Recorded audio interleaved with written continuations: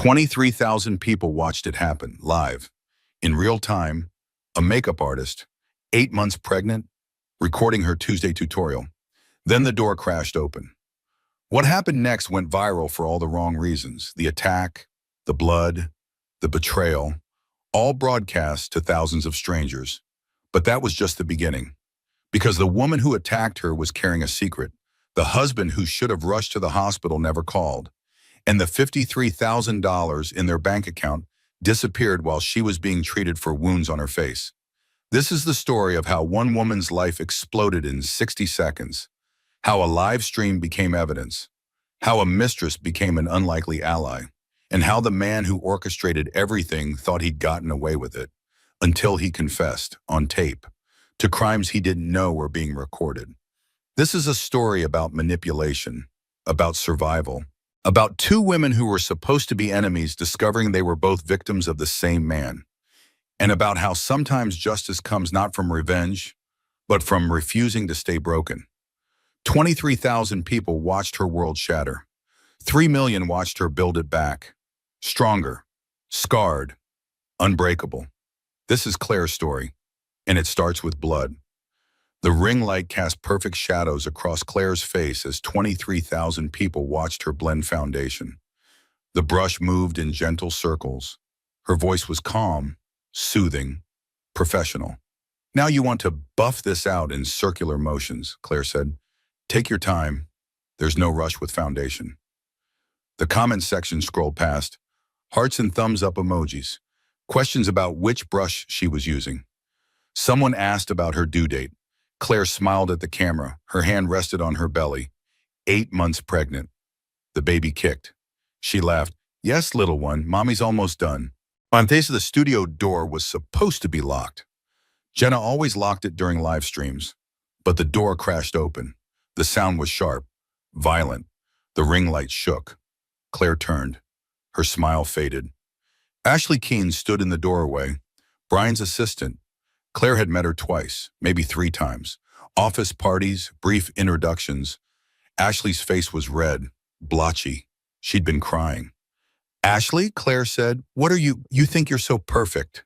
Ashley's voice cracked, sitting there playing the perfect wife. Claire's hand went to her belly, instinctive, protective. The baby kicked twice, hard, like a warning. "I don't understand," Claire said. "What's happening?" The comments section exploded. Question marks, shocked face emojis. Someone typed, "Who is that?" Ashley moved forward, fast. Her heels clicked against the tile floor. Click, click, click, getting closer. "He's mine," Ashley screamed. "He's been mine for months." Claire stood up, too slow. The baby bump made everything slow. Ashley's hand came up. Red fingernails, perfectly manicured. Claire saw them coming. "Ashley, stop." The nails came down. 3 strikes, fast and vicious. Temple to jaw. The pain was bright, sharp, immediate. Claire's hands flew up. Too late. Blood welled from the scratches. The ring light had clattered. Claire stumbled backward. Her water glass shattered against the tile. "You stole my life," Ashley screamed. "You stole my happiness." Claire touched her face. Her fingers came away red, wet. The baby was moving frantically inside her. Panic. Her baby felt her panic. "What are you talking about?" Claire's voice shook. "I don't. Brian loves me, not you. He never loved you." The words hit harder than the scratches. Brian, her husband, Ashley, his assistant. The studio door banged open again. Jenna ran in from the back office. Her eyes went wide. "Oh my God, Claire!" Jenna grabbed Ashley, pulled her back. Ashley was still screaming, still trying to reach Claire. Her face was twisted, unrecognizable. "He promised me," Ashley sobbed. "He promised." Claire stood frozen. Her cheek was burning. Blood dripped onto her white shirt. The baby kicked again. The camera was still running, still recording. The little red light blinked steadily. 23,000 people were watching. Now 24,000, 25,000. Claire's phone was on the desk, vibrating. Over and over, notifications flooding in. Her screen lit up, dimmed, lit up again. Jenna had Ashley's arms pinned. "Someone call 911, Jenna shouted. A customer from the waiting area appeared. Phone already out, already dialing. "Yes, I need police. There's been an assault. The makeup studio on 5th Street. Ashley went limp in Jenna's arms, sobbing. "He said he'd leave her. He said we'd be together." Claire's mind was moving slowly, like wading through mud. Brian, Ashley, together. The words didn't make sense. Couldn't make sense. "How long?" Claire heard herself ask. Ashley looked up. Mascara streaked down her face. "7 months," she whispered, "since your baby announcement." The room tilted. Claire grabbed the counter. 7 months. She'd been pregnant for 8 months. The affair started when she told Brian about the baby. Sirens wailed outside. Getting closer, red and blue lights flashed through the studio windows. Claire looked at the camera, at the little red light, at the lens that had just broadcast her humiliation to thousands of strangers. Her face was bleeding. Her marriage was a lie. Her baby was kicking desperately against her ribs. She reached over. Her hands shook. She couldn't end the stream, couldn't figure out which button. Too many buttons. Jenna released Ashley to the police officers who rushed in. She ran to the camera. The screen went black. But it was too late.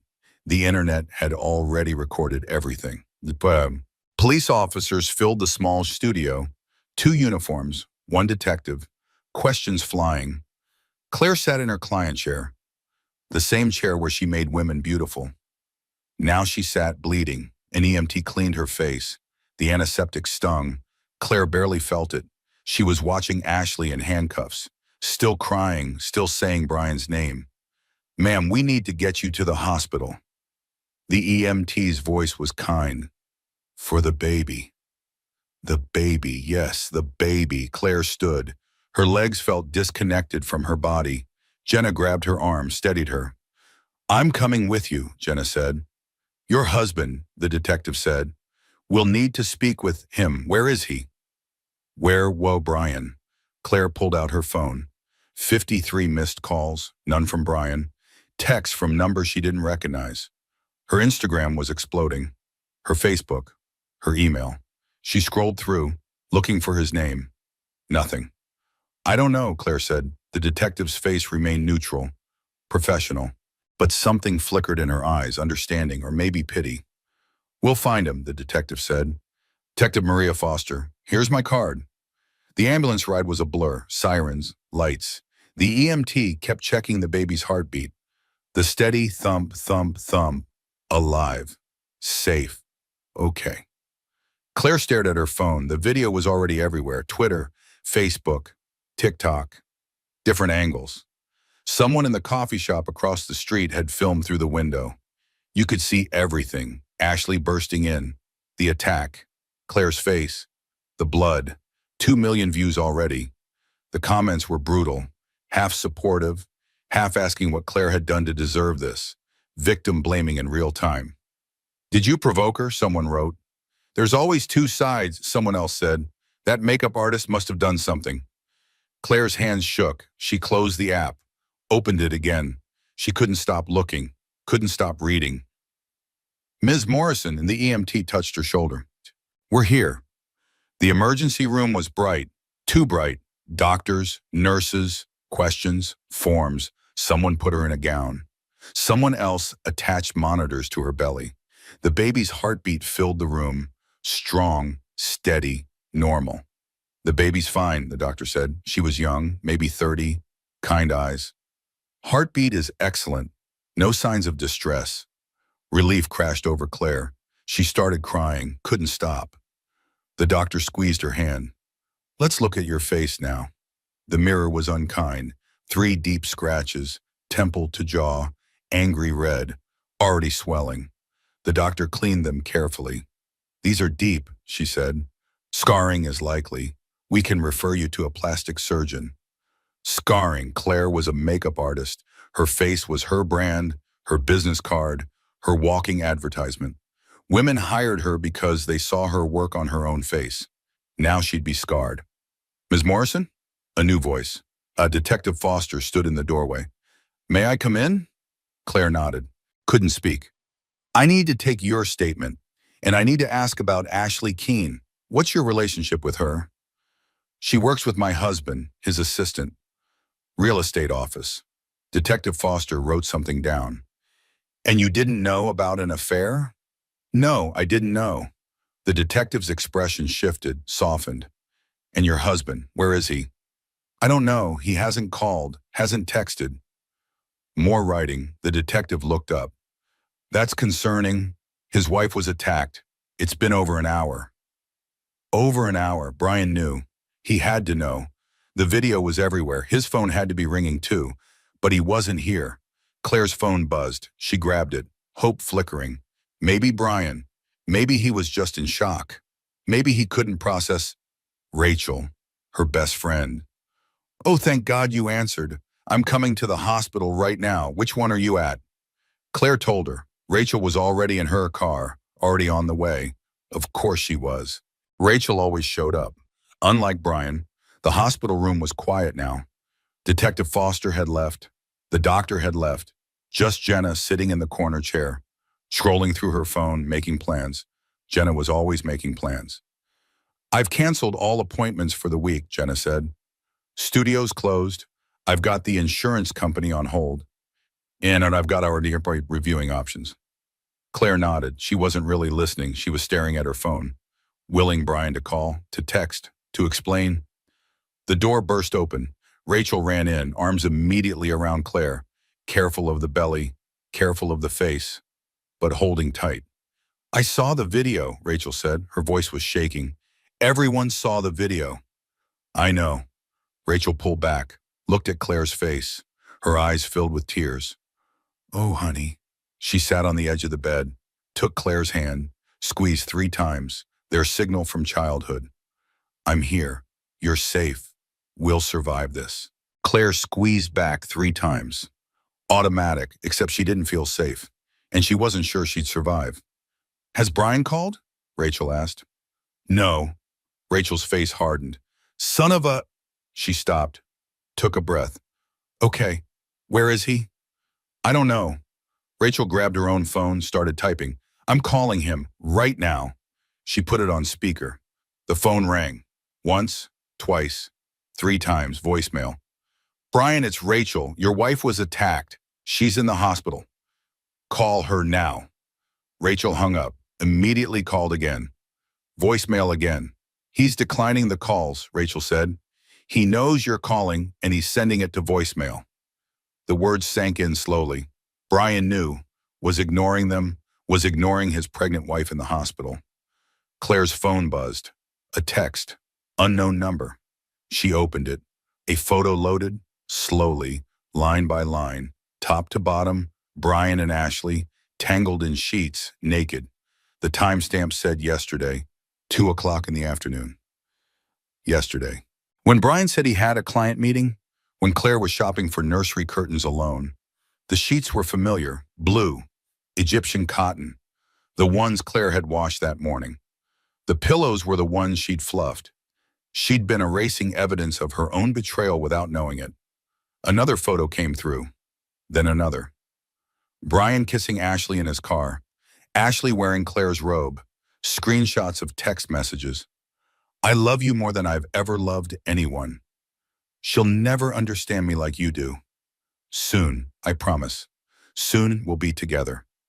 Claire's hands went numb. The phone slipped from her fingers. Rachel caught it, looked at the screen. Her face went white. Claire, how many? Claire heard herself ask. How many photos? Rachel scrolled. 12. There's 12 photos and dozens of screenshots. Who sent them? Unknown number. Someone out there knew, had evidence, had been collecting it, waiting. For what? For this moment? For the perfect time to destroy Claire's life completely. The room was spinning. Claire lay back against the pillows. The baby kicked, protesting her elevated heartbeat, her stress hormones. Babies felt everything. I need you to breathe, Rachel said. In through your nose, out through your mouth. Claire tried, failed, tried again. The air wouldn't come. A nurse rushed in, oxygen mask, monitors beeping. The baby's heartbeat dipped. The nurse adjusted Claire's position, elevated her feet. "You're having a panic attack," the nurse said. Her voice was calm, practiced. "The baby's fine, but I need you to breathe with me. In, out, in, out." Claire followed the commands, in, out, slowly. The baby's heartbeat stabilized. The room stopped spinning. "Good," the nurse said. "Keep breathing just like that." She left. Rachel climbed into the hospital bed, carefully, held Claire's hand, didn't say anything, just held on. Claire stared at the ceiling. The fluorescent lights, the acoustic tiles. She counted them. 37, 38, 39. Her phone buzzed again. "Don't look," Rachel said. "Whatever it is, don't look." But Claire had to look, had to know. She grabbed the phone. Not a photo this time. A message. "Check your joint bank account, right now." Claire's fingers moved automatically, opening the banking app, waiting for it to load. The little circle spinning, spinning. Finally, the numbers appeared. The account showed $217. Last week, it had shown $53,217. $53,000. Gone. Their savings, the money for the nursery furniture, for her maternity leave, for emergencies, for the baby's future. Gone. Claire clicked on the transaction history. One transfer. Yesterday, 3:15 in the afternoon. While she was at her 4 o'clock client appointment. While Brian was supposedly in a meeting. $53,000 to transfer to an account she didn't recognize. She showed Rachel. Rachel's mouth fell open. "He stole your money." "Our money."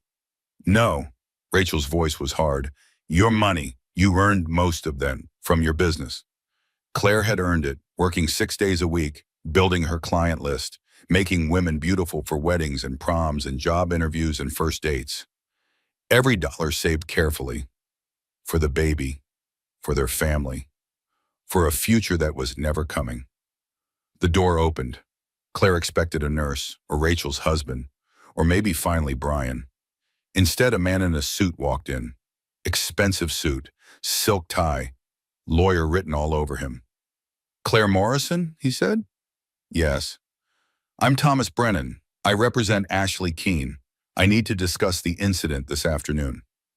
Rachel stood up, physically placing herself between Claire and the lawyer. "Get out." "Ma'am, I'm simply..." "Get out. My friend was assaulted by your client, on camera, in front of thousands of people. And you're here to what? Intimidate her? Threaten her?" "I'm here to discuss a resolution. The only resolution is your client goes to jail. Now leave before I call security."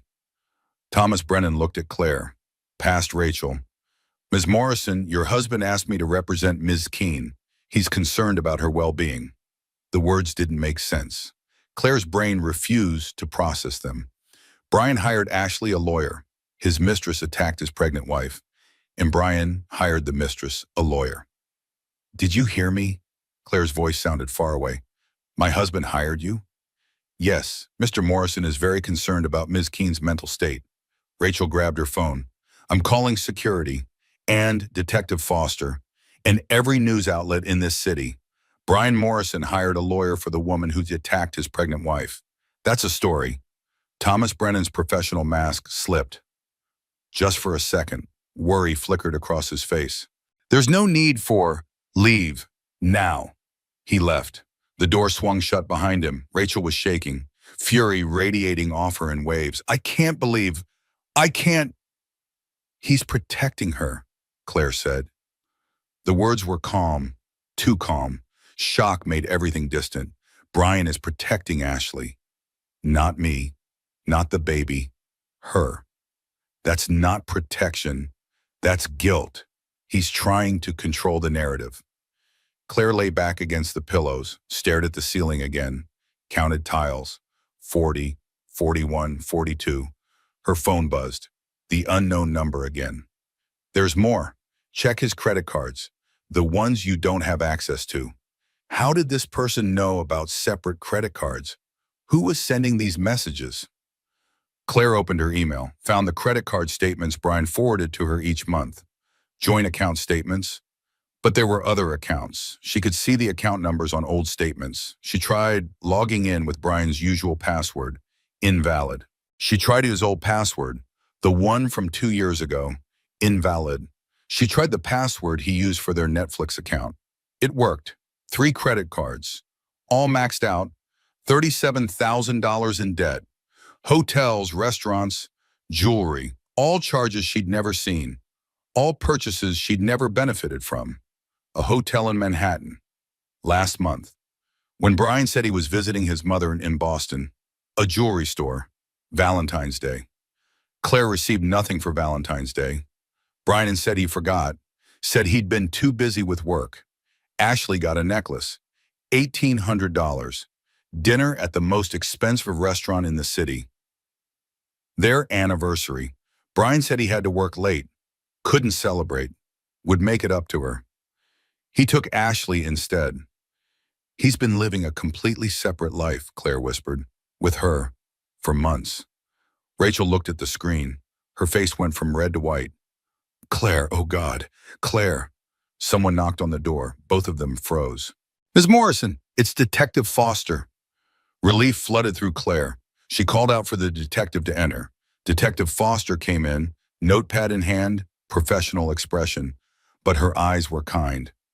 I have some questions, she said, about your husband. When did you last speak with him? This morning before I left for work, around 7:30. And he knew about your live stream this afternoon? Yes, I stream every Tuesday at 2. Does he know Ashley Keene's schedule? Would he know when she'd be free? Claire thought about it. He's her boss. He'd know everything about her schedule. Detective Foster wrote something down.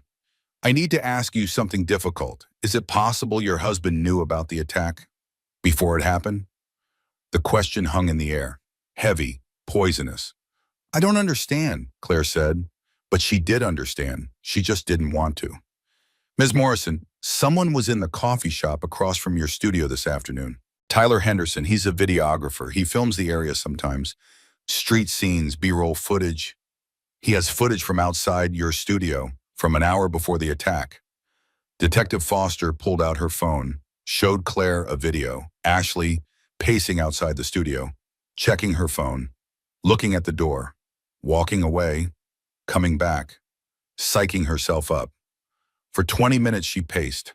Then another clip, a black Mercedes pulling up, Brian's car, Ashley getting out of the passenger side, Brian staying in the driver's seat, watching her walk toward the studio door, then driving away.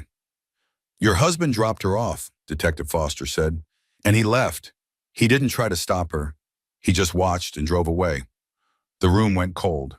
Claire's body went numb. He knew, Rachel said. Brian knew Ashley was going to attack you, and he let it happen. We need to consider that possibility, Detective Foster said. Ms. Morrison, I need you to think carefully. Has your husband been violent before? Controlling? Has he isolated you from friends or family? Had he? Claire thought back. Through 8 years of marriage, 7 years of dating before that. He'd hated when she worked late, said she cared more about clients than him, so she'd started scheduling fewer evening appointments. He'd complained about her friends, said they were immature, dramatic, so she'd seen them less, much less. He'd managed their money, said she was too emotional about finances, so she'd let him handle everything. Trusted him. He'd criticized her weight, her clothes, her makeup choices, said he was just trying to help her look her best, so she'd changed, adapted, become what he wanted. He's been controlling me for years, Claire said. The words felt like gravel in her throat.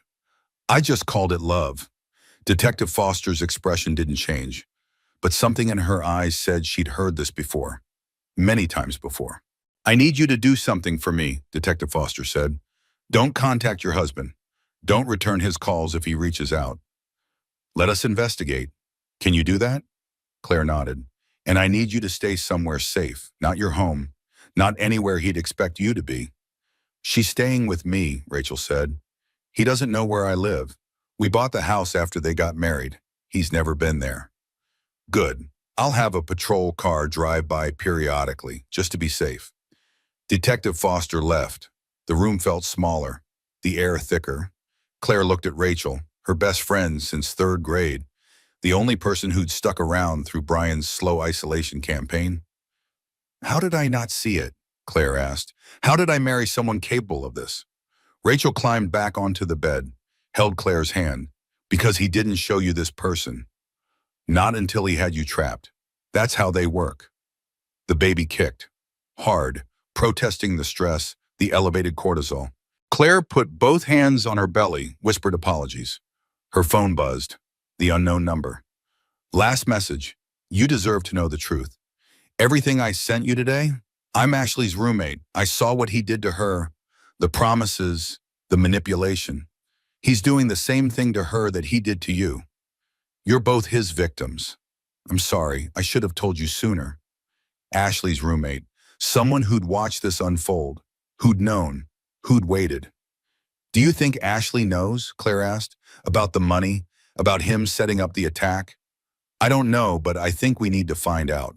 Tim. The hospital discharged Claire at 11 o'clock that night. Rachel drove her to the house they'd bought 3 years ago. Small, craftsman style, yellow siding, white trim.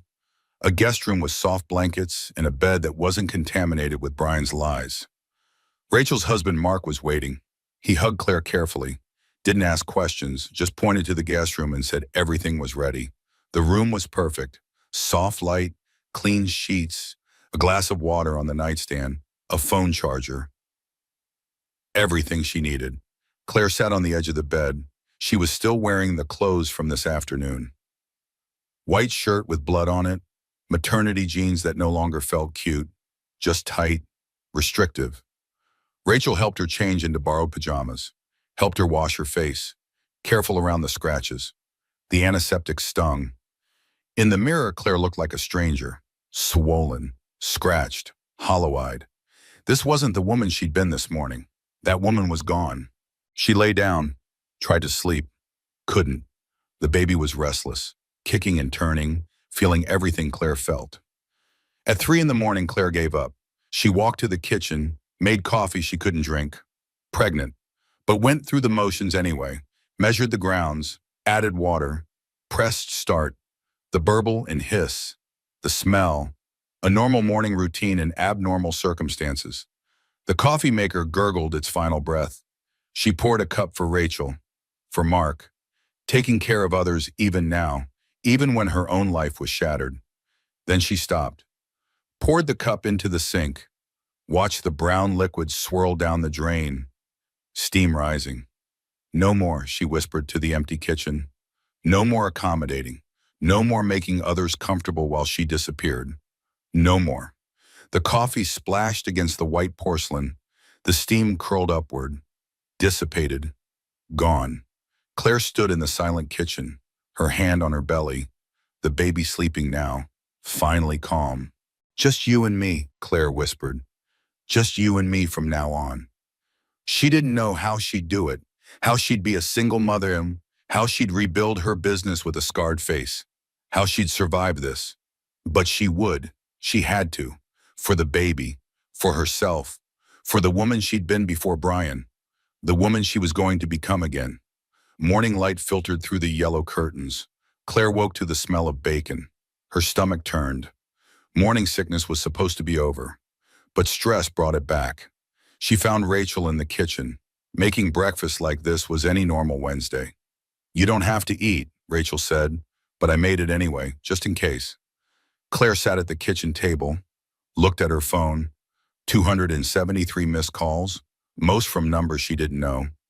Reporters probably. News outlets, podcasts wanting interviews. Still nothing from Brian. But there was one call from Detective Foster. At 6:15 this morning, Claire called back. Ms. Morrison, Detective Foster answered. Thank you for returning my call. I need to ask you something. Are you willing to press charges against both Ashley Keene and your husband? Against Brian for what? Financial fraud, theft, possibly conspiracy to commit assault. We're building a case, but I need your cooperation. Claire thought about it. Pressing charges meant making this real, public, permanent. It meant accepting that her marriage was over, that the man she'd loved for 15 years was a criminal. Yes, Claire said, I'll press charges. Good. I'm sending someone to take a formal statement. They'll be there within the hour. And Ms. Morrison, don't be alone with your husband, not until this is resolved.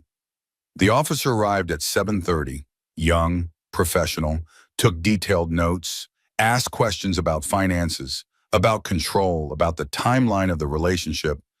How long had Brian controlled the money? Always. Since they got engaged. How long had he criticized her appearance? Years. She thought he was being helpful. How long had he isolated her from friends? Gradually over time, until she barely noticed she was alone. The officer wrote everything down, didn't judge, just documented. When he left, Claire felt emptied out, hollowed. Rachel handed her a cup of tea. Caffeine-free, pregnancy safe. You did the right thing, Rachel said. Then why do I feel so guilty? Because he trained you to feel guilty, for having needs, for taking up space. That's what they do. Claire's phone buzzed. Not the unknown number this time. Jenna. Claire, you need to see this. The video went viral, like really viral, 50 million views, and the comments section has changed. Someone posted screenshots of Brian and Ashley, of your bank statements, everything. 50 million views. The attack that destroyed her life was now entertainment for 50 million people. Who posted the screenshots? Claire asked. Anonymous account, but Claire, public opinion has shifted. Everyone's on your side now. They're calling Brian a monster. They're calling for Ashley's arrest. And they're booking appointments at the studio. We're booked solid for 6 months. 6 months of appointments. 6 months of income. 6 months of security. I can't work like this, Claire said. She touched her face. The scratches. You look like someone who's survived, Jenna said. And women want to support you. They want to learn from you. You're not just a makeup artist anymore. You're a symbol. A symbol of what? Humiliation? Betrayal? Survival? I need time, Claire said. Take all the time you need. But Claire, don't let him take this from you too. You built this business. It's yours. After Jenna hung up, Claire scrolled through social media. The video was everywhere. Different angles, different perspectives. Her face, her blood, her humiliation, replayed over and over. But Jenna was right. The comments had changed. This is heartbreaking. Her husband is disgusting. I hope she takes him for everything. Strong woman, beautiful woman, she'll survive this. Thousands of comments, mostly supportive, mostly kind, women sharing their own stories, their own betrayals, their own survivals. Claire read them all, every single one, absorbing the words like medicine. Rachel sat beside her, silent support, just being there. I need to see the house, Claire said. Get some clothes, some things for the baby. I'll go with you. Detective Foster said I shouldn't be alone there. What if Brian shows up? Then he shows up, and we call the police. But you need your things. We're not letting him take everything. The house looked the same, red brick, black shutters, the garden Claire had planted last spring, roses blooming, oblivious to the destruction inside. Rachel parked in the driveway, hesitated. His car's not here, Rachel said, but let's be quick, in and out. They walked to the front door.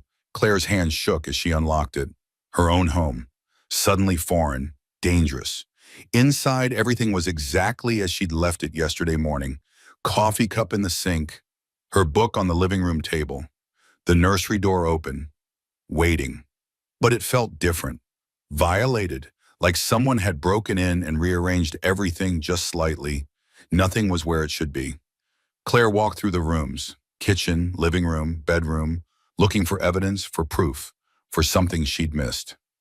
In the bathroom, she found it, a long dark hair in the sink. Not hers. Claire was blonde, this hair was black. Ashley's hair. Ashley had been in their bathroom, in their home, in their bed. Claire opened the medicine cabinet, found makeup that wasn't hers, mascara, lipstick. Ashley had left her things here. Comfortable, secure, like she lived here. She moved to the bedroom, their bed. The blue sheets were still on. Claire had washed them yesterday morning. Not knowing, not seeing, she stripped the bed, threw everything in a garbage bag. The sheets, the pillowcases, the comforter. All of it, Contaminated, ruined. In the closet, half of Brian's clothes were gone. He'd packed, while she was in the hospital. While she was being treated for the wounds his mistress inflicted, he was packing his clothes. Efficient, heartless, Claire grabbed her own suitcase, started packing. Maternity clothes, comfortable shoes, the things she'd need for after the baby. She moved mechanically, robotically. Don't think, just pack. Rachel appeared in the doorway. I found something in his office. Claire followed her. Brian's office was off limits usually, his private space. She never went in, never questioned it. Now she looked around, really looked. Expensive desk, leather chair, filing cabinets, all locked. Rachel had a drawer open, files spread across the desk. He's been planning this, Rachel said. She held up a document. Divorce papers, already filled out. Dated 3 months ago. 3 months. Claire was 5 months pregnant, 3 months ago. Showing, glowing, thinking they were building a family. He was planning to leave her. There's more, Rachel said. She showed Claire another document. He transferred the house into his name only. 2 months ago. You don't own this house anymore. He had you sign something. Do you remember signing anything? Claire thought back, 2 months ago. He'd brought home papers, said it was for a business thing. She'd signed without reading, trusting him. I signed away my house, Claire whispered. He stole your house. More files, more evidence. Bank statements showing money moved to accounts Claire didn't know existed. Credit cards in his name only. A lease agreement for an apartment downtown, starting next month. He'd been planning his exit, methodically, carefully, while Claire planned the nursery, while she picked out baby clothes, while she dreamed about their family. He was planning how to leave her with nothing. Claire sat in his expensive leather chair, looked at the files, the evidence of his betrayal. Documented, organized, detailed. He's not stupid, Claire said. He knew what he was doing. Yes. He wanted to destroy me. Yes. Claire's voice broke. What did I do to deserve this? Rachel knelt beside the chair, took Claire's hands. Nothing, you did nothing. This isn't about you. This is about him, about what's broken inside him. But it felt personal. It felt like Claire had failed, like she'd missed obvious signs, like she'd been willfully blind. She thought back through the years, through the relationship, looking for the moment it went wrong.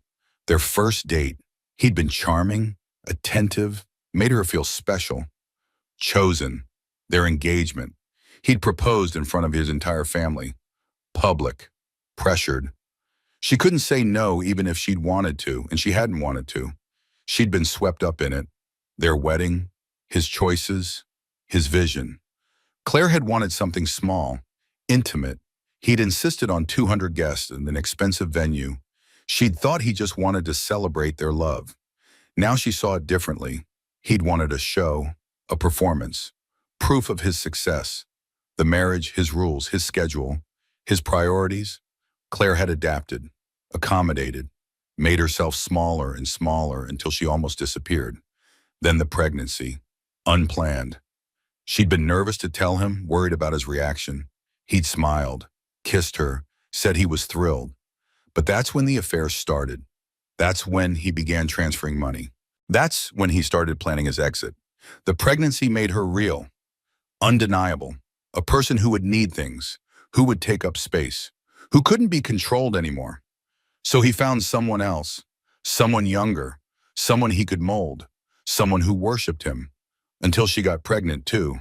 Then she became real, undeniable, just like Claire. He's going to do it to her too, Claire said, to Ashley. He's going to destroy her just like he destroyed me. Probably. She doesn't know. She thinks she's special, different. She thinks he loves her, just like you did. Claire stood, grabbed the divorce papers, the bank statements, the house transfer, all of it, evidence, proof, ammunition. We're taking this to Detective Foster, Claire said. All of it, he's not getting away with this. They loaded the boxes into Rachel's car, took Claire's suitcase, locked the door behind them. As they pulled out of the driveway, Claire looked back at the house. The home she'd thought they were building, the life she'd thought they were creating. All a lie, all an illusion. But she was free of it now. Free of him. The thought should have been liberating. Instead, it was terrifying. Detective Foster met them at the police station, looked through the files, photographed everything. Her expression remained neutral, but her jaw got tighter with each document. "This is worse than I thought," Detective Foster said. "Financial fraud, forgery, identity theft. Ms. Morrison, your husband has committed multiple felonies." "What happens now?" Claire asked. "We build a case, we arrest him, but I need you to be prepared. This is going to get worse before it gets better. The media attention, the legal process, his retaliation." Retaliation? Men like Brian Morrison don't take accountability well. He's going to blame you, paint himself as the victim. It's called DARVO, deny attack, reverse victim and offender. Claire thought about Thomas Brennan, the lawyer Brian hired for Ashley, already building his defense, already controlling the narrative. "I'm ready," Claire said, but she wasn't sure if that was true. Detective Foster handed her a business card. "This is Margaret Hartley, best divorce attorney in the city. She handles high-conflict cases. I've already spoken with her. She's expecting your call." Claire took the card, looked at the name. Margaret Hartley, Esquire, family law specialist. Family law. What a gentle term for marriages being dismantled, for lives being divided, for futures being destroyed. "Call her today," Detective Foster said. "The sooner you have legal representation, the better." Well, Margaret Hartley's office was downtown. Sleek, professional, expensive looking. Claire felt out of place in her maternity clothes and bandaged face, but the receptionist smiled warmly, didn't stare at the scratches. "Miss Morrison, Miss Hartley will see you now." Margaret Hartley was in her late 40s, sharp blazer, kind eyes. She stood when Claire entered, shook her hand gently. "Please sit. Can I get you anything? Water? Tea?" "Water, please." Margaret poured water from a glass pitcher, handed it to Claire, sat across from her in a comfortable chair. "Not behind the desk, equals." "I've seen the video," Margaret said, "and I've spoken with Detective Foster. I know some of what you're dealing with, but I need to hear it from you." "Start at the beginning." Claire told her everything: the attack, the affair, the money, the house, the divorce papers, the systematic isolation and control, years of it, normalized, invisible. Margaret took notes, asked questions, didn't judge, just listened. "Your husband is a classic narcissist," Margaret said. "The control, the financial abuse, the affair, the way he orchestrated your humiliation. It follows a pattern I've seen dozens of times." "So I'm not crazy? I didn't imagine it?" "No, you're not crazy. You were abused, emotionally, financially. He manipulated you for years, got you to doubt your own instincts. That's gaslighting. That's abuse." The words hit hard. Abuse. Claire had never thought of it that way.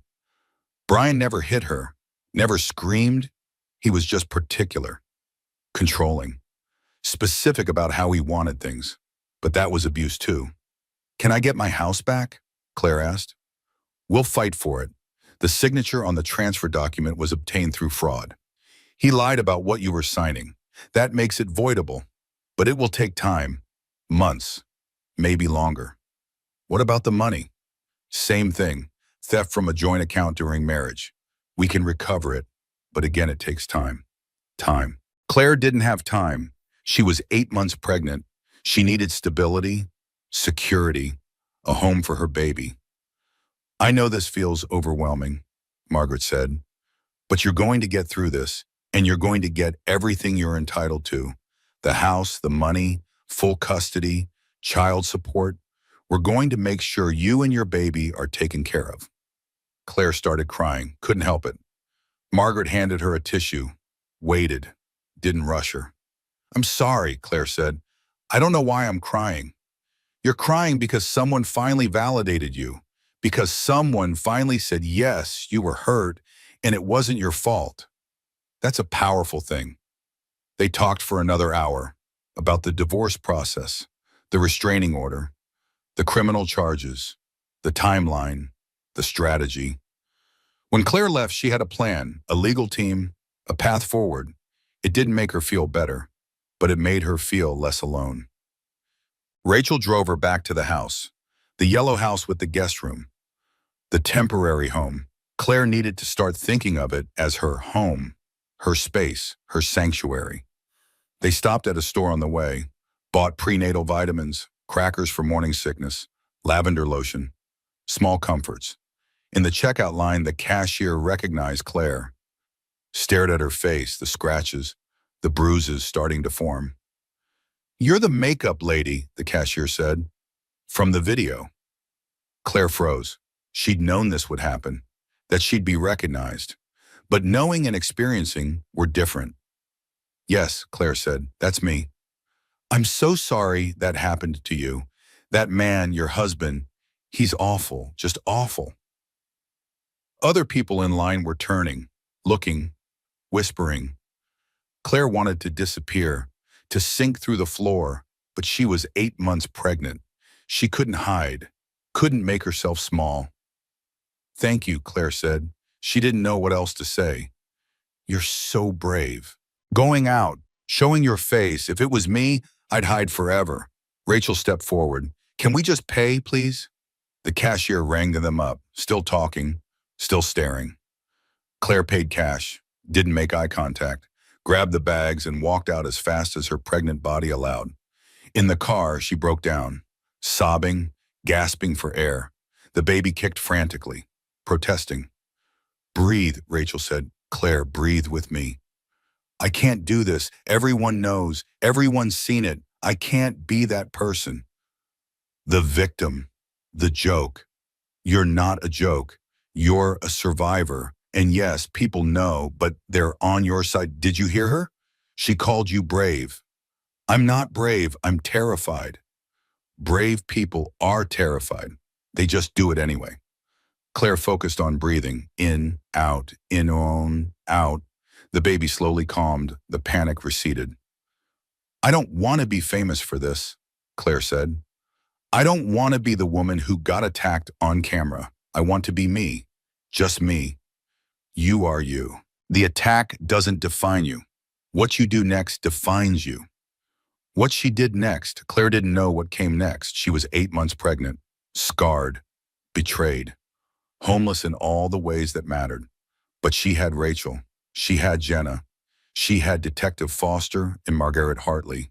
She had women supporting her, strangers sending messages, clients booking appointments. She had more than she thought. And she had her baby, growing inside her, depending on her, needing her. She had to be brave, for the baby, for herself, even if it was terrifying. 3 days passed, no word from Brian, no calls, no texts, no apologies, just silence. The silence was worse than anything he could have said. Claire stayed in Rachel's guest room, slept fitfully, woke at 3 a.m. every night, the baby restless, turning, kicking, feeling everything Claire felt. At 3:15 on Friday morning, Claire gave up on sleep, went to the kitchen, made tea, sat at the table in the dark. Her phone lit up, the unknown number, Ashley's roommate. "I need to tell you something. Ashley's pregnant. 3 months. Brian wanted her to get rid of it. She refused. That's why he hit her. That's why she attacked you. She thought if you saw how crazy she was, Brian would choose her. He manipulated both of you." 3 months pregnant, Ashley was carrying Brian's baby, just like Claire was carrying Brian's baby. 2 women, 2 pregnancies, one man destroying both of them. Claire's hands shook. She put down the phone, stared at it. Ashley was a victim too, not just an evil mistress, a young woman who'd been manipulated, lied to, abused, just like Claire. The front door opened. Rachel came into the kitchen, sleep rumpled, concerned. "Can't sleep?" Rachel asked. "Ashley's pregnant." Rachel sat down hard. "What?" 3 months. Brian wanted her to terminate. She refused. He hit her. That's what started all of this. Oh my God. We're the same. Me and Ashley. We're both just women he used, women he discarded when we became real, when we needed things. Rachel made tea, sat across from Claire, held her hand. "What are you going to do?" Rachel asked. "I don't know, but I need to talk to her, to Ashley. She needs to know who he really is. before he destroys her completely. Detective Foster arranged the meeting. Saturday afternoon at the police station, safe, neutral, supervised. Claire hadn't seen Ashley since the attack. 5 days ago, a lifetime ago. Ashley sat in the interview room, young, scared, a black eye, split lip, bruises on her arms. Brian had beaten her, recently. Claire walked in. Ashley flinched, looked away, shame written across her face. "I'm sorry," Ashley whispered. "I'm so sorry. I don't know what I was thinking." Claire sat down across from her, studied this girl, 26 years old, a decade younger than Claire, barely an adult. "He told you I was awful, didn't he?" Claire said. "He told you I was cold, mean, that I didn't love him, that I wouldn't let him have children." Ashley looked up, surprised. "How did you—" "Because that's what narcissists do. They isolate you, make you think you're special, different, better than the wife. They make you fall in love with a person who doesn't exist." Ashley started crying. "He said you were controlling, that you spent all his money, that you trapped him with the baby." "I didn't trap him. The baby was an accident, but I wanted her. He said he wanted her too. He lied. He lied to me too, about everything. He said he'd leave you, that we'd be together, that we'd have a family. Then I got pregnant and he changed, became someone I didn't recognize. He hit you." "Yes, 3 days before I attacked you, he said I ruined everything, that I was just like you, needy, demanding, selfish." Claire recognized the words.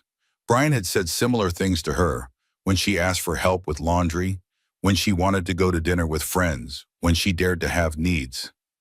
"You're not the villain in my story," Claire said. "We're both victims in his." Ashley sobbed, broken, destroyed. "I attacked you. I hurt you. I hurt your baby. How can you sit here and talk to me?" "Because I understand. I understand how he manipulates, how he makes you feel crazy, how he gets inside your head and rewrites reality. You thought you were saving him. I thought I was supporting him. We were both just trying to love someone incapable of love." "He took money from you," Ashley said. "The $53,000. He said it was for an apartment for us, for the baby. He promised me security, a future. He lied about that too. I don't know where the money went." Claire knew. Gambling, another woman, drugs, something. Men like Brian always had another secret, another betrayal, another lie. "He's still with you?" Claire asked. "No, he left. After he hit me. Said I was dead weight, that both of us were dead weight.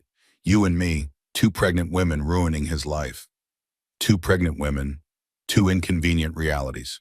Two reminders that he wasn't the center of the universe." "He doesn't get to ruin us," Claire said. "Either of us, we get to decide what happens next." "How? How do we survive this?" "I don't know, but we start by telling the truth. All of it. No more protecting him. No more making excuses." Detective Foster knocked on the door. Came in, looked at both women. "Ashley," Detective Foster said, "Claire has told us about financial abuse, emotional manipulation, gaslighting. Do you have similar experiences?" Ashley nodded. "He controlled everything.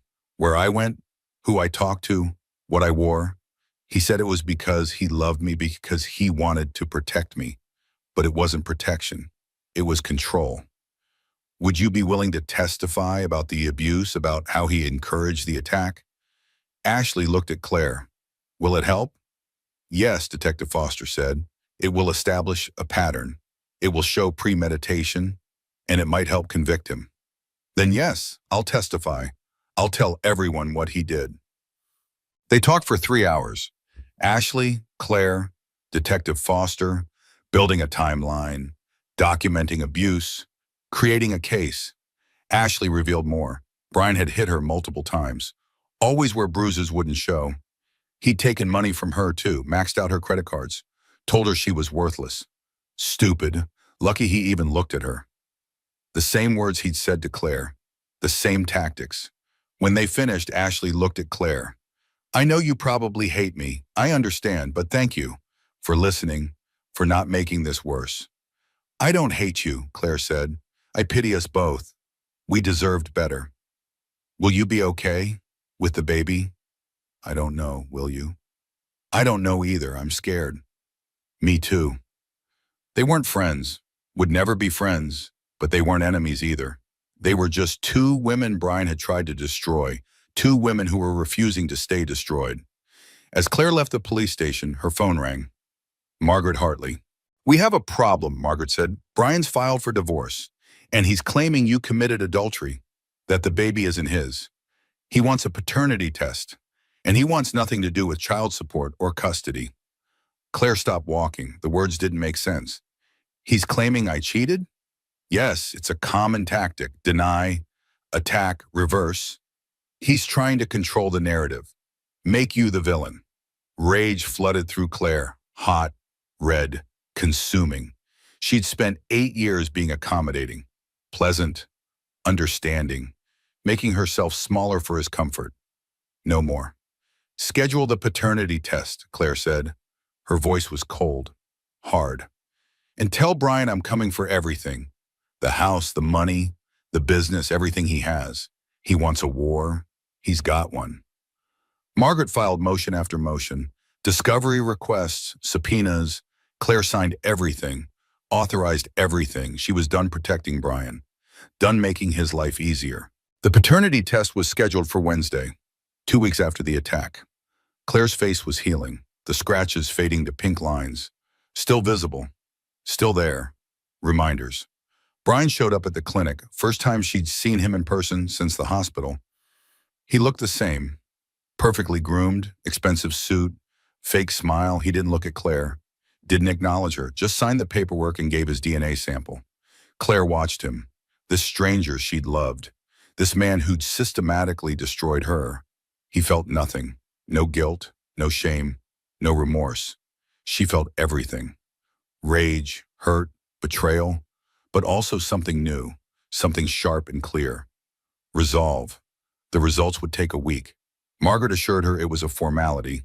The baby was clearly Brian's, but they had to go through the motions, had to play his game.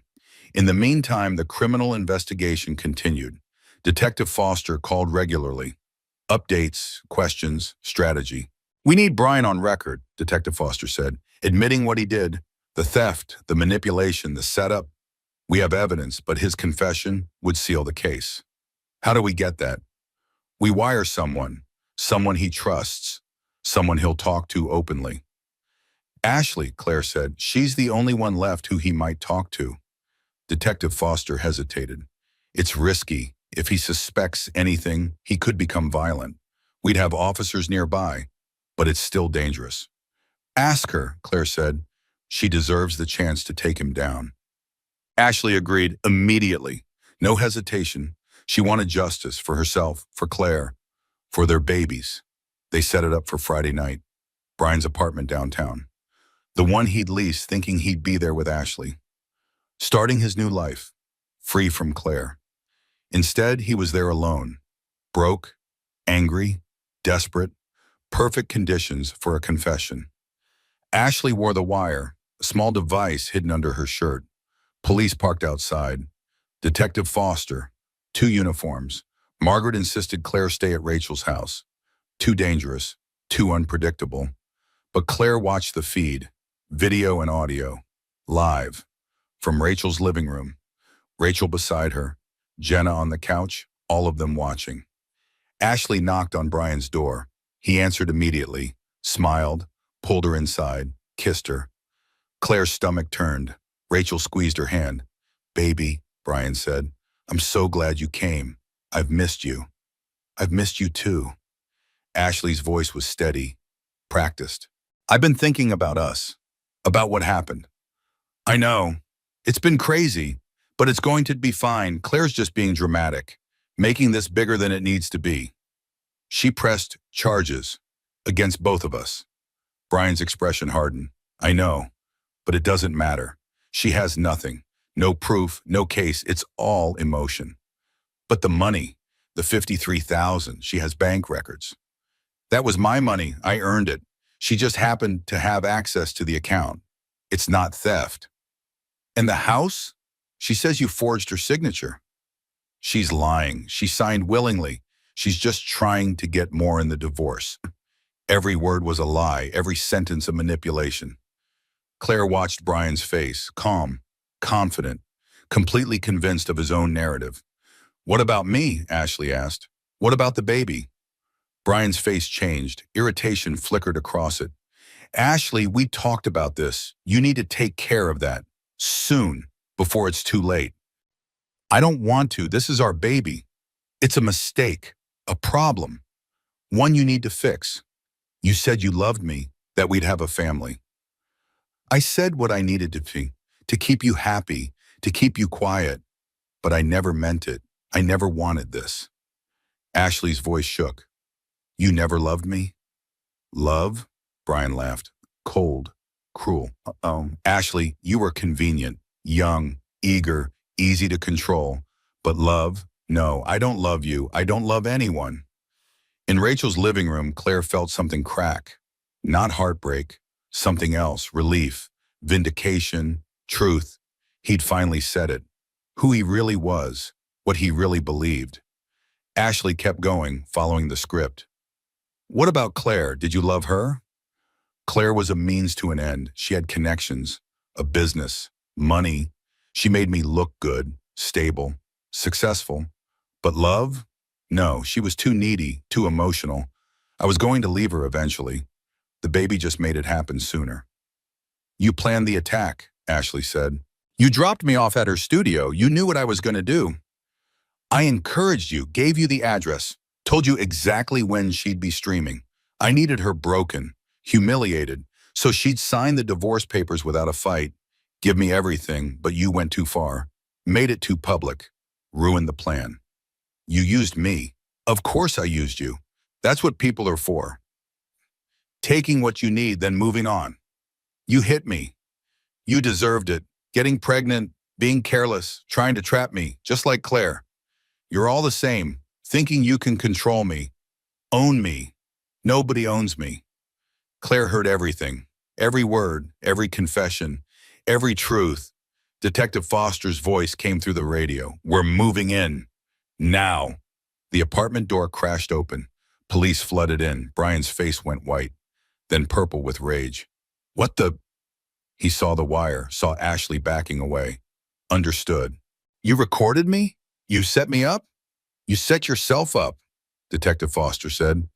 "Brian Morrison, you're under arrest for financial fraud, theft, conspiracy to commit assault, and domestic violence." They read him his rights, handcuffed him. Brian was screaming. Threats, promises, denials. "This is entrapment, illegal. My lawyer will—" "Your confession was voluntary," Detective Foster said. "And we have every word recorded. You're done." They let him out. Ashley collapsed on the couch, crying, shaking. An officer stayed with her, got her water, made sure she was okay. In Rachel's living room, Claire sat perfectly still, watching the screen, the empty apartment, the evidence of Brian's life, his lies, his destruction. "It's over," Rachel said. "Claire, it's over." But it wasn't over, not yet. Claire knew this was just the beginning, the trial, the divorce, the custody battle, the media circus, everything still ahead. But for the first time in 8 years, she felt something that had been missing. Hope. The video of Brian's arrest went viral. Of course it did. Everything about Claire's life was viral now. Entertainment for millions.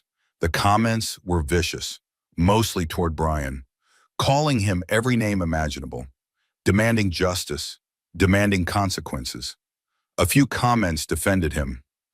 Said Claire must have done something. Women always did something. Men didn't just become monsters. Claire didn't read the comments anymore. Jenna had taken over her social media, posting updates, managing messages, protecting Claire from the worst of it. The paternity test results came back. The baby was Brian's, obviously, but now it was official, documented, undeniable. Margaret used the results to file for full custody, child support. Brian contested everything, claimed he wanted shared custody, claimed he was a devoted father. The recordings proved otherwise. In his own words, he'd said he never wanted the baby, that Claire was trying to trap him, that he planned to have nothing to do with the child. The judge wasn't sympathetic, ordered Brian to stay away from Claire. granted temporary full custody to Claire, set child support at $3,500 per month. Brian's lawyer protested, said Brian couldn't afford that much. He'd lost his job. His business was under investigation. His assets were frozen. The judge didn't care. Your client made choices. Now he deals with consequences. Claire left the courthouse feeling empty. She'd won. But it didn't feel like winning. It felt like surviving, barely. She went back to the house. Her house. The one Brian had stolen. Margaret got it back. The judge voided the transfer. Fraud. Forgery. Claire owned her home again, but it didn't feel like home. It felt like a crime scene, like evidence, like a monument to her own blindness. She walked through the rooms. Everything was exactly as she'd left it 3 weeks ago. Before the attack, before her life shattered, the nursery was still half finished.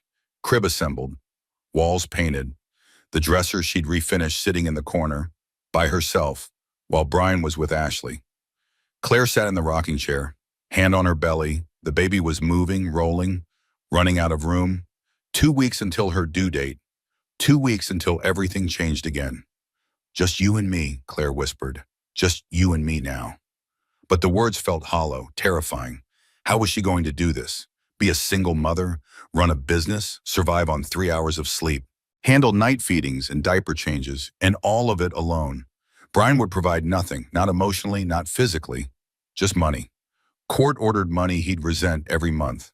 The baby would grow up knowing her father didn't want her, didn't choose her, saw her as a trap, a burden, an inconvenience. How did Claire protect her from that truth? She rocked back and forth, the chair creaking, the sound familiar, comforting.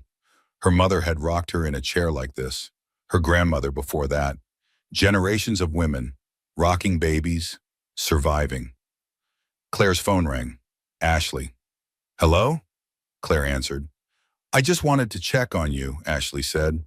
I know the hearing was today. How did it go? I got full custody. He has to pay child support. He's not allowed near me. That's good. That's really good. Silence. Awkward. They weren't friends. Probably never would be, but they were connected now, forever tied by Brian's destruction. How are you doing? Claire asked. With the baby? Scared. I'm 3 months, still morning sickness, still exhausted, and completely alone. My family won't speak to me. My friends think I'm crazy. I have nobody. Claire understood that. The isolation, the shame, the feeling that you'd made your own mess and deserved to lie in it. You have me, Claire said. The words surprised her, but they were true. Not as a friend, but as someone who understands, someone who's been where you are. Ashley started crying. Thank you. You don't have to be kind to me, but thank you. We're both surviving him. That makes us allies. They talked for 20 minutes about pregnancies, about fears, about futures that felt impossible. When they hung up, Claire felt marginally less alone. She stood, walked to the nursery window, looked out at the street. Normal people living normal lives. Going to work, coming home, cooking dinner, watching TV, simple, easy, uncomplicated. Claire wanted that. She wanted boring. She wanted anonymous. She wanted a life that wasn't viral content, but that wasn't her life anymore. Maybe it never would be again. At 3 in the morning, Claire woke to wetness. She thought maybe she'd wet the bed. Pregnancy did that sometimes. Loss of bladder control. Embarrassing. Normal. But this was different. Too much. Too sudden. Her water had broken. She grabbed her phone. Called Rachel. No answer. Called again. Rachel's sleepy voice answered. Claire, what's wrong? My water broke. The baby's coming. Rachel was instantly alert. I'll be there in 10 minutes. Do not move. Do not panic. Just breathe. Claire tried to breathe. Failed. The contractions started, sharp, regular, every 5 minutes. The baby was 2 weeks early, but not dangerously early. Just eager, ready, done waiting. Rachel arrived, helped Claire to the car, drove fast but safely, got to the hospital in 20 minutes. Labor and delivery, nurses, monitors, questions, forms. Claire's mind was fuzzy. focused only on pain, breathing, surviving. "Who do you want us to call?" the nurse asked. "The father?" "No father," Claire said. "Just me." The nurse nodded, didn't judge, didn't pry, just wrote it down. Labor lasted 14 hours, long, painful, exhausting. Rachel stayed the whole time, coaching, encouraging, being the partner Brian should have been. At 5:23 in the afternoon, Claire's daughter was born. 7 pounds, 6 ounces, perfect, healthy, screaming. They placed her on Claire's chest, warm, wet, alive. Claire looked at her face, her tiny features, her scrunched expression. She looked like Claire, the nose, the chin, the shape of her eyes. No trace of Brian, just pure potential, pure future.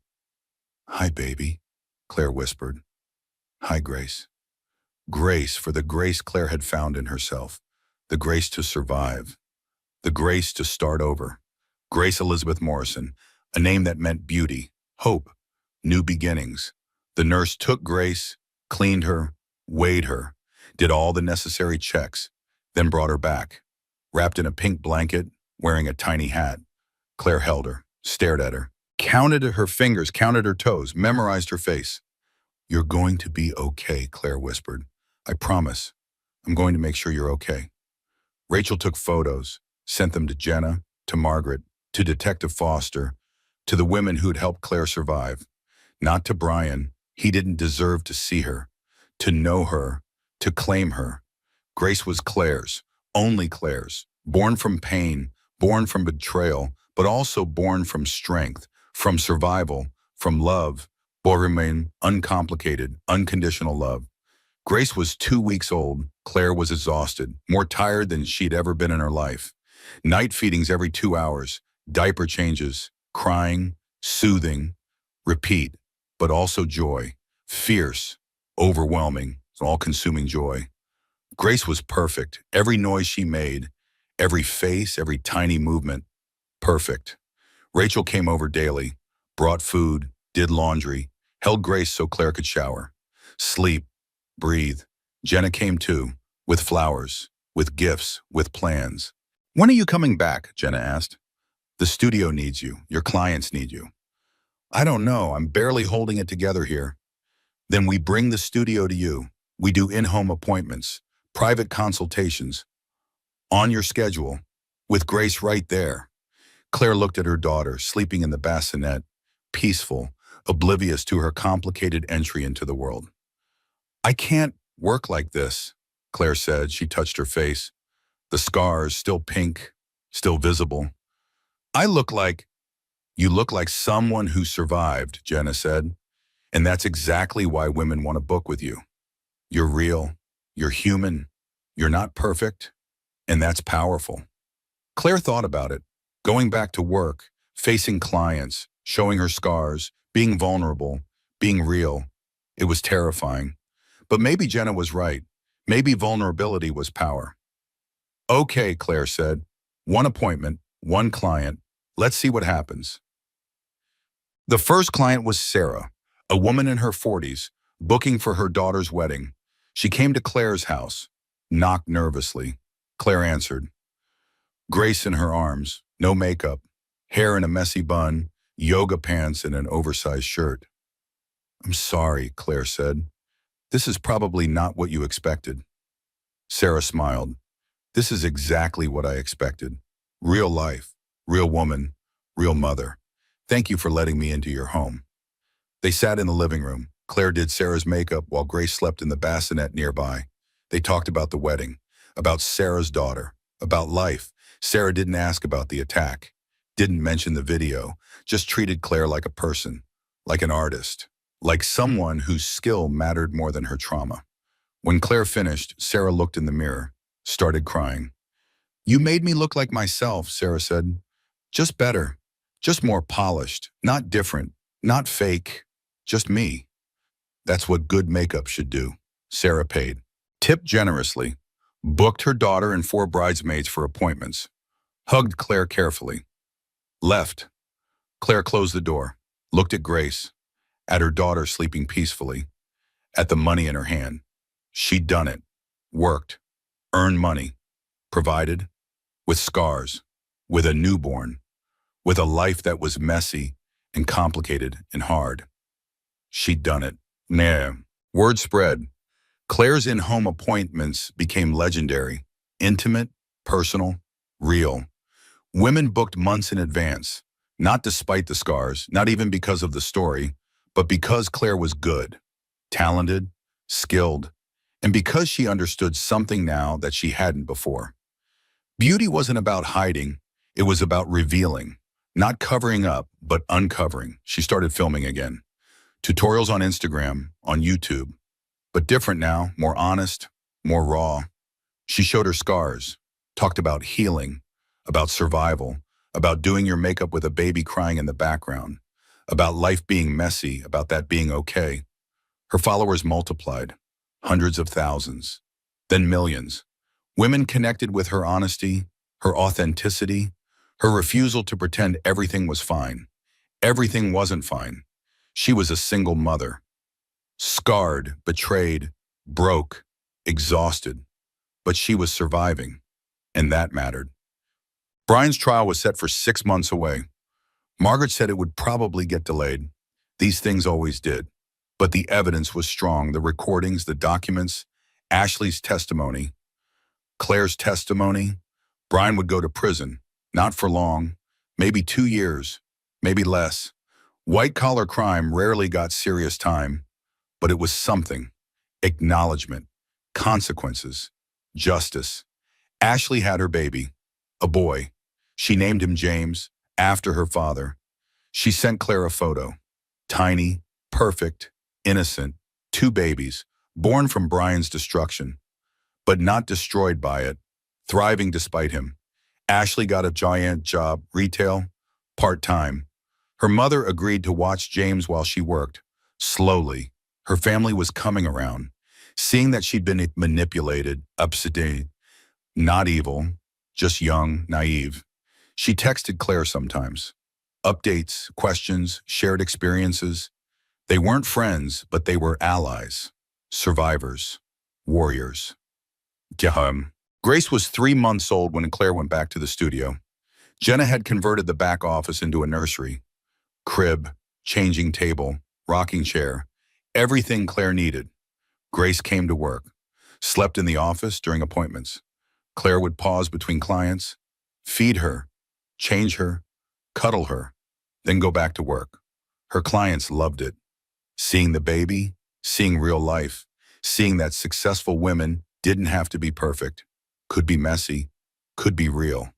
The studio thrived, not despite Claire's story, because of it, because she'd shown women that survival was possible, that starting over was possible, that you could build a life from rubble. One afternoon, a woman came in, late 30s, nervous. She sat in Claire's chair, didn't speak. Claire started doing her makeup, gentle, professional, creating space for whatever the woman needed to say. Finally, she spoke. "My husband hit me last week for the first time, and I don't know what to do." Claire's hands paused. She looked at the woman in the mirror, saw herself, saw Ashley, saw every woman who'd ever been hurt and blamed herself. "You leave," Claire said. "That's what you do. You pack a bag, you go somewhere safe, you call the police, you press charges, you start over." "But I love him." "Love shouldn't hurt. Love shouldn't leave bruises. Love shouldn't make you afraid." He said he was sorry. They always say sorry until the next time, and there's always a next time. The woman started crying. Claire stopped working, just held her hand. "Let her cry then." "I'm scared," the woman said. "I know. I was scared too. I'm still scared. But being scared and staying is worse than being scared and leaving. At least when you leave, you have a chance." The woman nodded. Claire gave her Detective Foster's card, gave her Margaret Hartley's card, gave her the number for the women's shelter. "You deserve better," Claire said. "You deserve safety. You deserve love that doesn't hurt." The woman left. Claire didn't know if she'd call, if she'd leave, if she'd survive. But she'd planted a seed. That's all anyone could do. Plant seeds. Hope they grew. Grace woke up crying, hungry. Claire picked her up, fed her, rocked her, sang to her softly. "You're going to know your worth," Claire whispered. "From the very beginning. You're going to know you deserve respect, kindness, safety, and you're going to know what to do if someone tries to take that from you. You're going to run fast and far, and you're going to survive." Grace stopped crying, looked up at Claire with serious eyes, like she understood, like she was listening. "Just you and me, baby girl. Just you and me." 6 months passed. Grace was growing, smiling, laughing, reaching for things, discovering the world. Claire was healing. The scars faded. Still there. Always there, but softer now. Silvery lines instead of angry red. Part of her face, part of her story. She stopped covering them completely. Sometimes she wore makeup, sometimes she didn't. Depending on her mood, her energy, her day, her clients didn't care. They came for her skill, her honesty, her humanity. The studio expanded. Jenna hired 2 more artists, both survivors. One escaped domestic violence, one recovered from addiction. Women who understood pain, who understood transformation. The studio became more than a makeup space. It became a sanctuary. Women came to be beautified, but also to be heard, seen, validated. Claire trained her artists in that. How to listen, how to hold space, how to see past the makeup to the person underneath. Brian's trial finally happened. Claire testified. So did Ashley. So did Detective Foster. So did the bank manager who'd seen the fraudulent transfers. So did Brian's former business partner who'd discovered embezzlement. The evidence was overwhelming. The recordings damning. Brian's defense crumbled. He was sentenced to 3 years in prison. Financial fraud, theft, conspiracy to commit assault, domestic violence against Ashley. The judge showed no mercy. "You systematically destroyed 2 women," the judge said. "You manipulated them, abused them, tried to break them, and you showed no remorse. This court finds you guilty on all counts." Brian screamed, denied, blamed, accused. Guards dragged him out, still screaming, still refusing accountability. Claire watched, felt nothing. No satisfaction, no joy, not even relief. Just emptiness where he used to be. Ashley sat beside her. They'd come together. Support, solidarity, survival. "It's over," Ashley whispered. "Yes. Do you feel better?" "I don't know. Do you?" "I don't know either. I thought I'd feel something, victory or closure or something. But I just feel tired." Claire understood that. The exhaustion of survival, of fighting, of refusing to be destroyed. It was work, constant, draining, necessary work, but exhausting. Linda Morrison came to Claire's house, Brian's mother. They hadn't spoken since the arrest. Linda had chosen her son, defended him, denied everything, until she couldn't anymore, until the evidence was undeniable, until the trial made it real. Now she stood on Claire's porch, nervous, ashamed. "Can I come in?" Linda asked. Claire hesitated. This woman had called her a liar, had accused her of trapping Brian, had chosen him over her own grandchild. But Linda looked broken, aged, destroyed by truth. "Come in," Claire said. They sat in the living room, Grace and her bouncer, playing with toys, oblivious to the tension. "I need to apologize," Linda said. "I need to tell you what I know about Brian, about his father, about how I failed to protect you." Claire listened. Linda talked about Brian's father, Peter Morrison, dead 5 years now, narcissist, abuser, controller. Brian had learned from him, watched him manipulate Linda for 30 years, saw how it worked, how to isolate, how to gaslight, how to make someone doubt their own reality. Linda stayed for 30 years, thinking she could change him, thinking love was enough, thinking her children needed a father. She was wrong. Her children learned abuse. Her daughter cut contact at 18.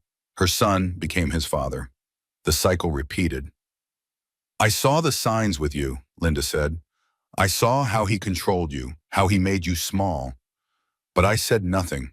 I told myself it was different, that Brian was different, that you were fine.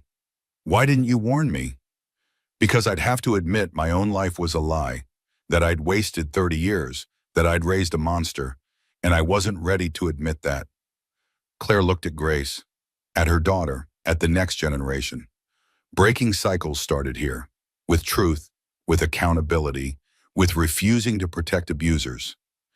"Thank you for telling me," Claire said, "but I can't forgive you, not yet. Maybe not ever. You chose him. You let him hurt me. You abandoned your grandchild." "I know, I don't expect forgiveness. I just wanted you to know the truth. And I wanted you to know I'm testifying against Brian, about Peter, about the pattern, about everything."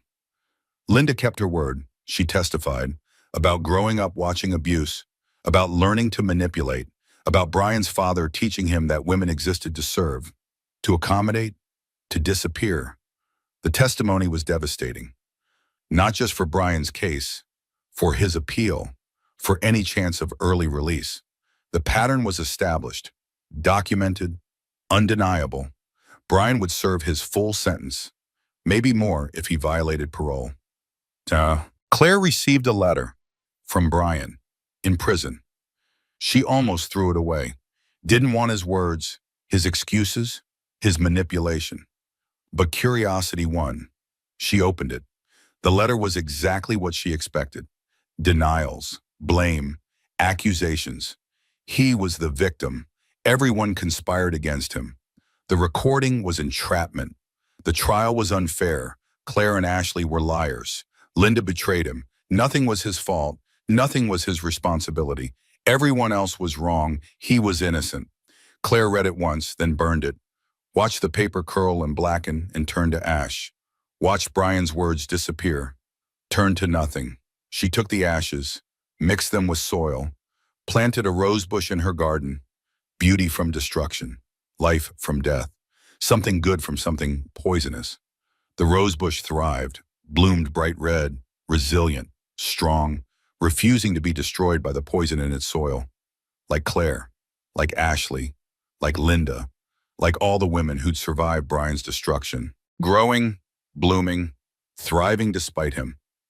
Claire started speaking publicly, at women's shelters, at recovery centers, at colleges, sharing her story, not for attention, not for fame, but to help, to show women they weren't alone, weren't crazy, weren't weak. Abuse looked like many things, not just bruises, not just violence. Sometimes it looked like love, like care, like protection, until it didn't, until the mask slipped, until you were trapped. But you could escape, you could survive, you could rebuild. Claire was proof, living proof. Her speeches went viral. Of course they did. Everything about her life was viral now. But this time she controlled the narrative. She told her own story, her own way. Women reached out, thousands of them, sharing their stories, asking for help, thanking her for speaking, for seeing them, for making them feel less alone. Claire couldn't help all of them. She was just one person, but she could plant seeds. She could point to resources. She could say, "You're not crazy, and you deserve better, and you can survive this." Sometimes that was enough. Sometimes one person believing in you made all the difference.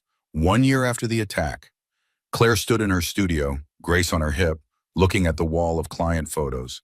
Brides, graduates, women celebrating, women surviving, women thriving. Her studio was successful, more successful than ever. Not because of the video, but because of the work, the skill, the heart. She'd built this from nothing, from rubble, from ashes.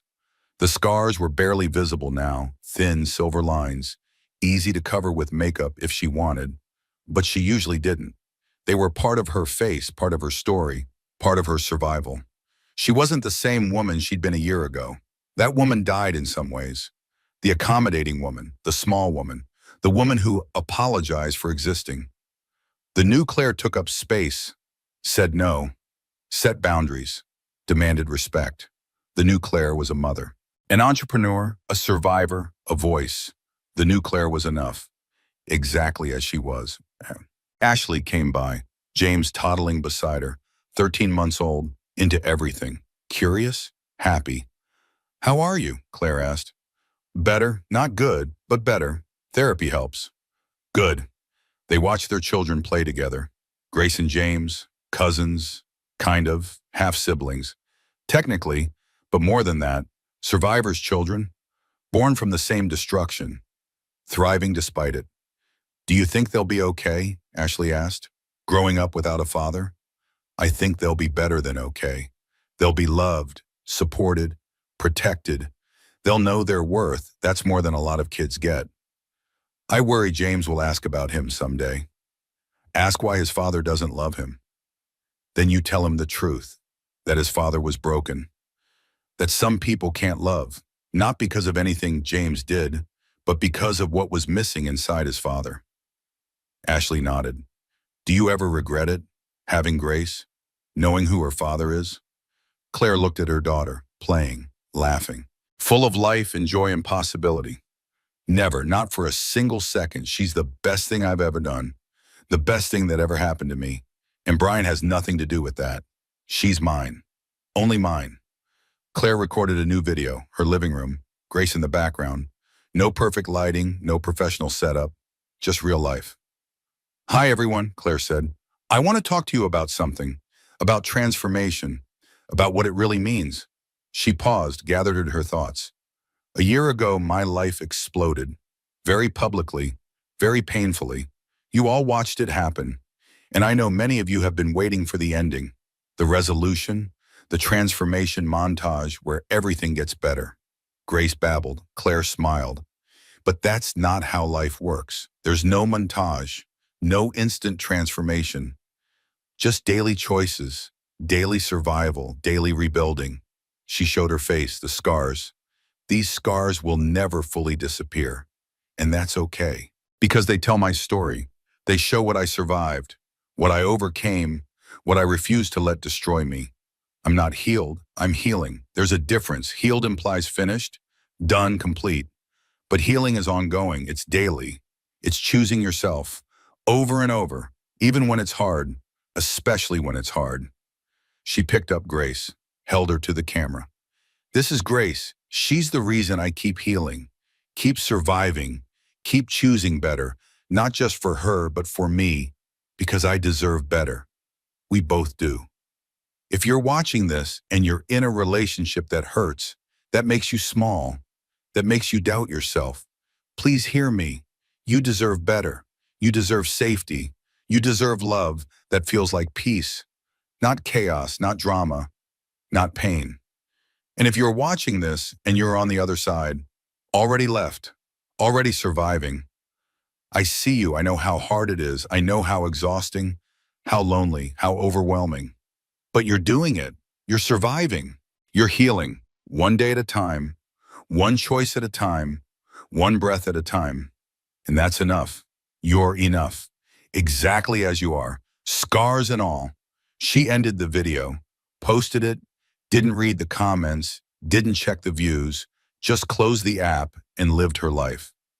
That evening, Claire gave Grace a bath, tiny tub, splashing, laughter, simple joys. She dried her daughter, dressed her in soft pajamas, rocked her, sang to her, the same lullaby her mother sang to her. Her grandmother before that, generations of women surviving, thriving, passing down strength. Grace fell asleep, perfect, peaceful, safe. Claire put her in the crib, watched her sleep, counted breaths, memorized her face. I did it, baby girl, Claire whispered. I got us through, and we're going to be okay. Better than okay. We're going to thrive. She walked to her bedroom, the one that used to be hers and Brian's, now just hers. She'd redecorated, new bedding, new colors, new energy. She looked in the mirror, really looked, at her face, her body, her scars, her strength. She saw a survivor, a warrior, a mother, a woman who refused to be destroyed. She saw herself, finally, clearly, without apology, and she liked what she saw. 6 months later, Claire received a call from a production company. They wanted to make a documentary about her story, about survival, about transformation. She said yes, not for fame, not for attention, but to help, to reach more women, to show them survival was possible. The documentary premiered at Sundance, standing ovation, critical acclaim, awards, but more importantly, impact. Women's shelters reported increased calls, donations skyrocketed, awareness grew, conversations started. Claire's story wasn't just her story anymore. It was every woman's story, every survivor's story, but it was also uniquely hers. Her pain, her survival, her triumph. She owned it, all of it, the good and the bad and the complicated. 2 years after the attack, Claire stood in her studio, Grace beside her, 2 years old, talking, running, full of personality. A client sat in the chair, nervous, first appointment after leaving her husband. Claire started working, gentle, professional, creating space. "I saw your video," the client said. "The one about healing. It helped me leave, gave me courage." "I'm glad. Do the scars go away? The emotional ones?" Claire thought about it, honest, real. They fade, but they don't disappear. And that's okay, because they remind you what you survived, what you overcame, what you're capable of. "I'm scared I'll never be myself again." You won't be, you'll be different. But different isn't bad. You'll be stronger, wiser, more careful, less willing to accommodate, more willing to demand what you deserve. Is that better? Yes, that's so much better. The client smiled, relaxed, trusted. Claire finished the makeup. Beautiful, natural, real. The client looked in the mirror, started crying, happy tears. "I look like me," she said. "I forgot what I looked like, but this is me." "Yes, that's you, and you're beautiful." The client left, paid, tipped, booked another appointment, left smiling. Claire cleaned her brushes, organized her station. Grace played with makeup sponges, making a game of it. Rachel came by, as she did most days, best friend, support system, family. "How was today?" Rachel asked. "Good, really good." "You're amazing, you know that?" "I'm surviving, that's all." "No, you're thriving. Look at what you've built. The studio, the advocacy, the documentary, your daughter, your life. You're not just surviving, you're living." Claire thought about that. Living versus surviving. The difference was subtle, but important. She was living, choosing joy, choosing herself, choosing better. Every single day. Not because Brian's consequences taught him anything. They didn't. He was still in prison. Still denying, still blaming. But because Claire chose differently, chose healing, chose growth, chose life. That night, Claire recorded one final video, the last in her healing series. "This is it," she said, "the final chapter, or really, the first chapter of the next part." Grace was asleep in her arms, peaceful, safe, loved. "Someone asked me recently if I forgive Brian, if I've found peace with what happened. And the answer is complicated. I don't forgive him, not for what he did, not for the pain he caused, not for the scars he left, on my face, on my heart, on my life.